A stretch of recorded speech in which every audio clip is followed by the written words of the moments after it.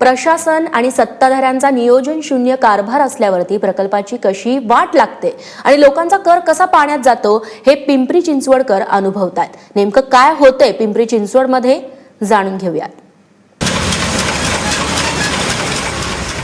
उरफाट्या कारभारानं पैशांचा चुराडा कसा करायचा याचं उत्तम उदाहरण पिंपरी चिंचवड महापालिका आहे। स्वारगेट ते पिंपरी मेट्रो मार्गासाठी शेकडो कोटी खर्चून उभा राहिलेला BRT अर्थात बस रॅपिड ट्रान्झिस्ट मार्ग उखडला जातोय।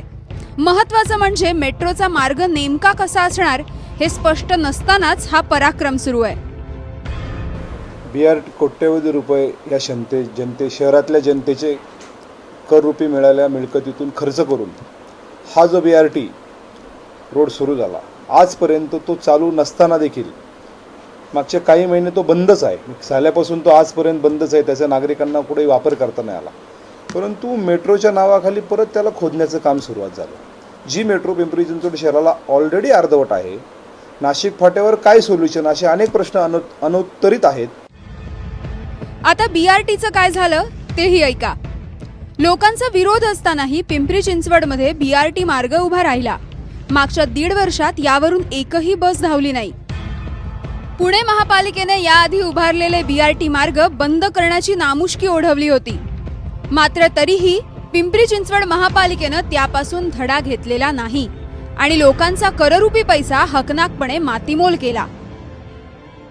ॲज पर दी प्लॅन मला कळलेलं आहे की मेट्रो जी खालनं धावणार आहे, वरती जे खड्डे खांदे जातात त्याच्यावरती स्टेशन्स उभारणार आहे की काय करणार आहे, पण मग ती जागा वाया गेली, त्याचा काही फायदा नाही झाला।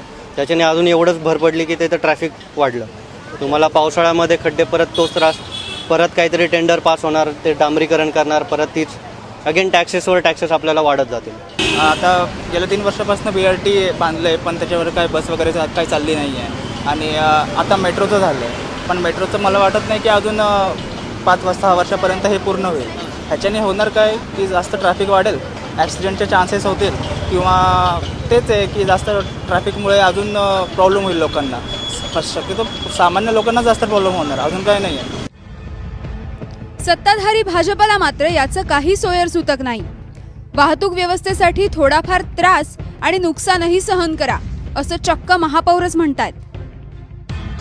नाही, मेट्रोचा आपला समावेश आत्ता झालेला आहे आणि असं नियोजित नाही आहे। आपण जेवढं पिलर आहे त्या मापाचं खोदणार आहे, माझी चर्चा झालेली आहे अधिकाऱ्यांसमोर, आणि तेवढंच पॅच उकरून तेवढं उभं केलं जाणार आहे। त्यामुळं काय त्याचं नुकसान होणार नाही आपल्या महापालिकेचं काय। पण ते BRT आता तिथून बंद होणार आहे, त्या मार्गातून BRT जाणार नाही। मग आपण जर एवढे कोट्यवधी रुपये खर्च केले BRTसाठी तर त्याचा काहीच फायदा होत नाही आहे। नाही, आता असं नाही, आता थोडं आपल्याला दोन्ही पण पाहिजे, BRT पण पाहिजे, आपल्याला मेट्रो पण पाहिजे। त्यामुळं थोडाफार त्रास हा होणार, आपलं थोडंफार नुकसान होणार, पण त्यातून पण जेवढं कमीत कमी नुकसान होईल या माध्यमातून याच्यातून आपण प्रयत्न करू। विकासाला हरकत नाही, पण नियोजन शून्य कारभार चालवून लोकांचा पैसा वाया घालवण्याचा अधिकार सत्ताधाऱ्यांना कुणी दिला याचं उत्तर त्यांना द्यावंच लागेल। नाझीम मुल्लासह ब्युरो रिपोर्ट ABP माझा, पुणे।